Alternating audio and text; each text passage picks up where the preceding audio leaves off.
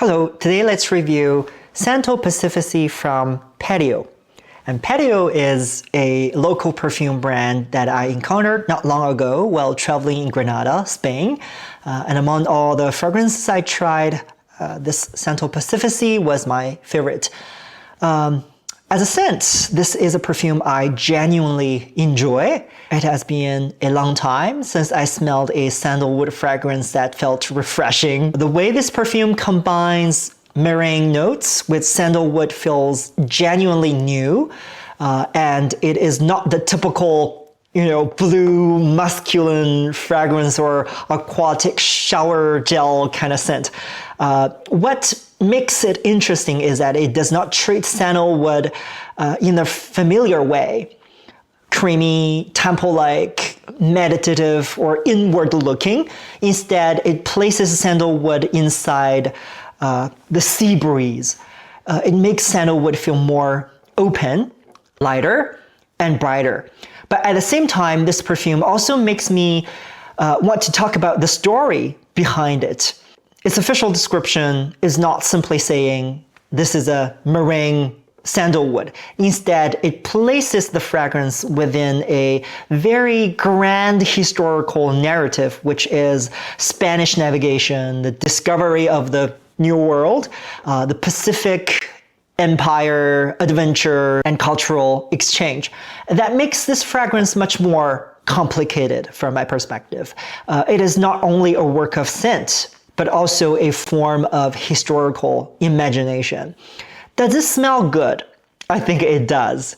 Is its concept creative? I also think it is. But is the narrative behind it completely unproblematic? That to me is exactly what makes it worth discussing in today's video. So in today's video, I'd like to talk about Santal Pacifici on 3 levels. First, how it works as a fragrance.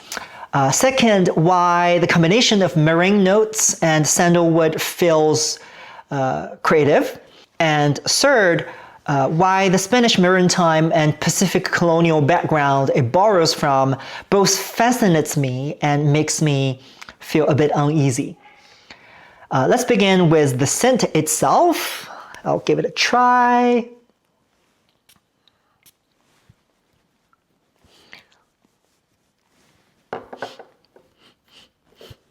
The note list of Santal Pacifici is very, very simple. Mainly sandalwood, meringue elements, and woody elements. The pyramid may look minimal, but the concept is actually very clear. It is not trying to make a heavy sandalwood fragrance, but a sandalwood touched by the sea breeze of the Pacific. Many sandalwood perfume gave the impression of warmth, softness, creaminess, powderiness, intimacy with the skin. When we think of sandalwood, we often think of temples, incense, meditation. But Santal Pacifici is different. It does not place sandalwood in an enclosed room. It places it on an open sea. Meringue notes can very easily become cheap or formulaic. When we hear meringue, we easily think of like blue, fresh, shower gel, sporty, masculine commercial fragrances, or even laundry detergent, or even air freshener. It can quickly become an abstract, clean feeling rather than an ocean with image, with texture, with space. I am not particularly fond of most meringue fragrances on the market. But the clever thing about Santal Pacifici is that it does not simply try to smell like the ocean. Instead, it creates a sense of oceanic space and vastness. If I had to describe it as an image, I would say it is like standing on the deck of a wooden ship. It has a real sense of openness. And this, to me, is where the fragrance succeeds most. It removes sandalwoods from its traditional context. The combination itself is actually fascinating because marine notes and sandalwood move in very different directions. Marine notes expand outward, while sandalwood usually stays close to the skin. Marine notes are cool, wet, and transparent, while sandalwood is warm, dry, and soft. So when you put these two together, you create a tension. If the marine aspect is too strong, then the sandalwood gets washed away and the perfume becomes an ordinary blue fresh fragrance. If the sandalwood is too strong, then the marine notes becomes only a decorative opening and will be quickly swallowed by the woods. But Santal Pacifici at least conceptually finds a very good balance. It lets the two materials alter each other. The marine notes make sandalwood lighter. Sandalwood makes the marine notes gentler. So I think the idea is creative. However, what truly gives me complicated feelings about this perfume is not the smell, but the official introduction on their website. So Patio places this fragrance within the collection called New World, and the collection talks about Spain's glory during the discovery of the New World, about navigators crossing the waters around the Americas and Oceania, encountering new territories, new people. It also says that these adventures and abundant discoveries sublimated Europe, making it glorious and heroic. It summarizes all this as discovery, learning, and exchange. So the narrative core of Santal Pacifici is not simply sandalwood, but a Pacific imagination within the imperial navigation. In other words, this perfume is not merely creating a sandalwood fragrance. It is placing sandalwood within the grand narrative of the Spanish Empire, the discovery of the New World, long-distance navigation, oceans, and exotic civilization. And to be honest, this text is composed in a very beautiful way, but also, to me, it is very problematic. It is beautiful because it does provide a grand imagination for the perfume. It wants an epic feeling. Voyage, the unknown, maps, empire. It wants to turn a perfume into a sea journey. But this is also exactly where the problem lies because it uses a very traditional European imperial perspective. For example, the phrase, here's a quote, "The greatness of Spain was at its peak during the discovery of the New World." End quote.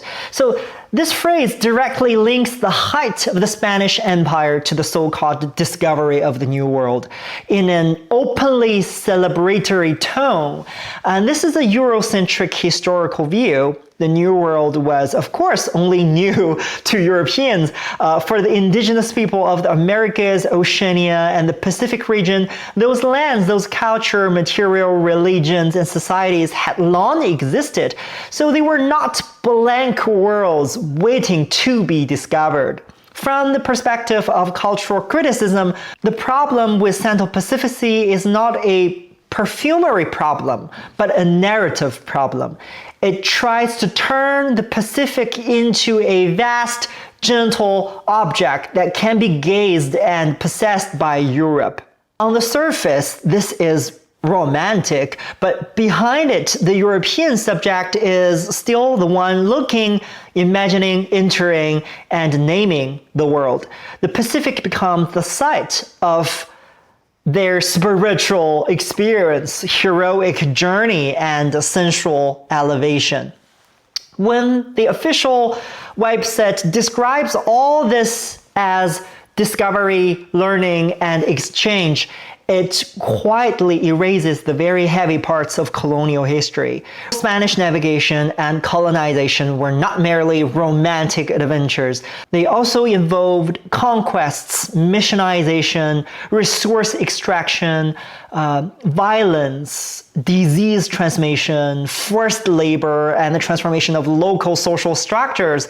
So the Pacific here was not a romantic blue background, but a massive trade route. What it connected was not simply dreams, but commodities, wealth, power, and colonial structures. Sandalwood itself is also not a neutral material. Of course, it can be gentle, it can be soothing and sacred. But in the history of global trade, sandalwood was also connected to resource, Asian markets, and ecological damage on Pacific islands, especially from the late 18th to the 19th century. Sandalwood from places such as Hawaii, Fiji was heavily harvested and entered trans-Pacific trade networks, much of it supplying the Chinese market. So when a perfume places the Pacific and sandalwood together, it is not only creating a beautiful scent combination, it is also touching a real history, how the ocean becomes a trade route, how wood become a commodity, and how distant places were imagined, named, collected, and brought back. This is what makes this perfume so complex and controversial for me. Of course, it smells good, it smells gentle, but the history behind it is not so gentle. It uses marine notes to create vastness, sandalwood to create comfort, and woody notes to create the texture of a voyage. It feels as if a history full of power relations has been repackaged into an elegant waltz at sea. I am not saying that perfume cannot use history as inspirations. On the contrary, I think perfume is extremely suited to telling history. Many aromatic materials are already part of global history. Rose, jasmine, wood, sandalwood, frankincense, vanilla, cacao, tea, and coffee. They're not merely smells. Behind them are migration, trade, labor, and power. The problem is not that perfume tells history, but how it tells history. So my attitude toward Santal Pacifici is complicated. As a scent, I appreciate it. It genuinely combines marine notes and sandalwood in a very imaginative way, in a very good way. But as a narrative, I remain a little suspicious. Its historical packaging too easily romanticize colonial navigation. It describes the Pacific as an infinite, gentle world waiting to be entered. It turns sandalwood into a soothing, exotic material. It turns Spanish imperial navigation into an epic of discovery, learning, and exchange. And this narrative is beautiful, but perhaps too clean. It lacks some of the roughness of real history, some of its conflict, and some of the realities concealed by this fragrance. However, it is precisely because of this contradiction that the perfume is worth discussing. Some perfumes are simple, they smell good or they do not, they suit you or they do not. Santal Pacifici is not like that. It makes me enjoy its smell while also staying alert to its story. So if you ask me what kind of perfume Santal Pacifici is, I would say it is a beautiful marine sandalwood for sure, and it is also a marine sandalwood haunted by the phantom of Spanish Empire. I would summarize this fragrance this way. Its olfactory composition is convincing, and its combination of materials feels fresh. But when it places itself inside a narrative of the Spanish Empire and a discovery of the New World, we should not only be soothed by its sea breeze and sandalwood, we should also ask, whose history does this sea breeze blow from? Perhaps this is why I love discussing perfume. Perfume is never only about whether something smells good or bad. It can be a combination of material, it can also be a structure of memory, and it can be a bodily sensation, and it can also be a historical narrative. And the most interesting thing about this perfume is that it lets us smell the ocean, the wood, and a beautified imperial dream at the same time. And when these three appear together, perfume is no longer simply a scent on the skin. It becomes a question. How do we smell distance? And do we realize that what we call distance is often a place where other people have lived, a place that has been named, occupied, and possessed? And that's my review on Santal Pacifici. Thank you for watching. I'll see you next time. Bye-bye.